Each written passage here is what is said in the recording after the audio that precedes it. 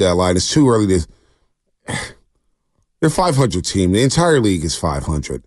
And that's where, when it comes to talking trades, it's probably not appropriate for this period of time, Shasky, because everybody's in it. Like, just look at the American League. Look at the American League. All right, you got the Royals in a wild card spot. The Twins are in it. The Red Sox, the Tigers, the Blue Jays, the Rangers. That's when it comes to the Blue Jays and Bo Bichette and Vlad Jr. They're 32 and 33. They're 2 games out of the third wild card spot. So maybe they're thinking, boy, if we could just get hot, maybe we'll just get rolling. I just, there's everybody who may have this false sense of being in it for that third wild card spot. You're not wrong on that. But I don't view the Giants as a team that's making an acquisition for a rental for this season. Like, this season is not about just this year and making the playoffs. And on some level, for Farhan's job, I know people believe that it's about making the playoffs this year, and like that's an achievement. I view this as a big picture deal. The Giants need to make a move for the big picture because they need to make a move to shake up what their ethos is as an organization. So I don't care if they jump the line here, even if they overpay for a couple of extra prospects in any deal that they have. This is about a long-term deal. This isn't about, being good in August. This is about finding the person that you can anchor a lineup with for multiple seasons who you want to give a couple $100 million to. This is about getting someone in here so they can get a 2-month stretch in Oracle Park before you hit the offseason and say, hey, do you like our fans? Do you like our organization? Could you see yourself signing a 6 or 7 year extension here? Like, this is bigger than this season. That's the way I would view it. And I'm not mad at anyone who's like, you got to get a guy for this year. You got to get this guy, for the next couple of months. I'm looking at making an acquisition that could shake up what my team looks like moving forward. Mm-hmm. Right? And then if I have a little more clarity now, maybe when I hit the deadline, there are other options for this year that can help you out simultaneously. Like, this is a multi-pronged thing right now. No, I'm with you. And I don't know what you need to zero in on. It would be nice if just your in-house pitching staff got better. Just throw strikes. Don't walk guys. Don't give up hits. And the Giants have done that. Outside of Logan Webb, there's been a lot of inconsistencies. All right, Logan Webb and Jordan Hicks. Jordan Hicks, I'm going to give him his credit. Jordan Hicks has been solid. Very solid. But I worry about Jordan Hicks. I've been saying this for a few weeks now. He's about to eclipse his career high in innings pitched in the season. We're not even in July yet. It's kind of incredible. Is his arm stretched out? So last time out against Arizona, he started getting tagged. He didn't last to the 4th inning. All right? So that's one thing that I'm worried about here. So Jordan Hicks. So I know I got Logan Webb as my ace. Mm-hmm. Kyle Harrison, what are you getting out of him? Jordan Hicks, what are you going to get out of him? Keaton Wynn, I saw what you got out of him. And then every 5th start, you're probably going to go bullpenning right now. So you're going to start at Eric Miller. You're going to start at Ryan Walker. You're going to have a game full of bullpen arms. So then that's going to tax them on top of picking up guys who only pitched through the 5th inning in Jordan Hicks and Kyle Harrison. So now you need 12 outs on those days. You got your bullpen game in which you need 27 outs. God forbid Logan Webb gets touched up. And then you got a Blake Snell issue. Is Blake Snell going to come back and be able to give you 6? Well, he's a 5 and dive guy. And then where's Robbie Ray and Alex Cobb going to be?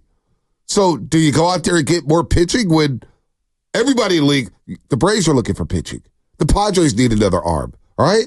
The Dodgers may be looking for another arm. Who the hell knows what they want? The Orioles, the Royals, the Yankees. You get what I'm saying here? You're going to be in competition with a lot of teams to try to get said moves. This is not a good position to be in. Being just good enough to say, hey, we're tied for the third wild card. This is worst case scenario for the Giants, Chasky. Yeah, but I think you're making a good point. Like with Baltimore, for example, right? They're not a team that's looking for a center of the lineup guy. Nope. They're looking for, reworking the edges, adding another starting pitcher, adding to their bullpen. I look at where the Giants are at, and they're just in a totally different spot. So I don't think they're trading for similar players as some of those teams that you're mentioning. San Diego's not trading for a middle of the order guy.